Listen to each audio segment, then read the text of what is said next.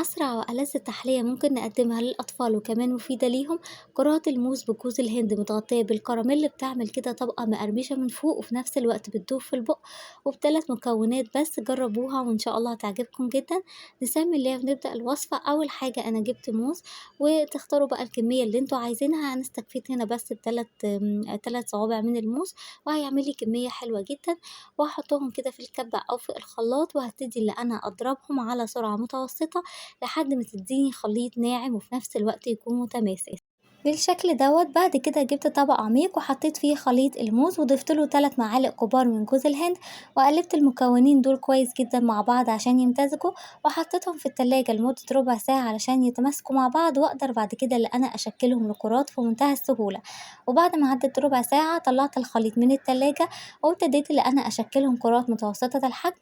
تقدروا بقى اللي انتوا تشكلوها كبيرة او صغيرة زي ما انتوا عايزين. وبعد ما نخلص كل الكمية هنرجعها تاني التلاجة لحد ما نخلص الصوص بتاعنا. ممكن جدا كمان انتي تغطسيها في صوص الشوكولاتة او صوص الفراولة، اي صوص متوفر عندك. بجد سهلة وبسيطة والولاد هتفرح بيها جدا. بس جربي معايا النهاردة صوص الكراميل الاقتصادي بشوية سكر صغيرين، هتعمليه وهيعمل كده طبقة مقرمشة وجميلة جدا. على نار متوسطة هنجيب طاسة ما تكونش بتلزق، يعني جرانيت او تيفال، وهنحط فيها 4 معالق من السكر. ومش هنقلب السكر خالص لحد ما يبتدي ان هو كده يسيح من على الجوانب. هنبتدي اللي احنا نقلبه لحد ما كله ياخد لون بني، ومش هنبالغ قوي في الغلي، يعني ممكن هتاخد غلوة واحدة بس علشان ما يتقلش جامد مننا.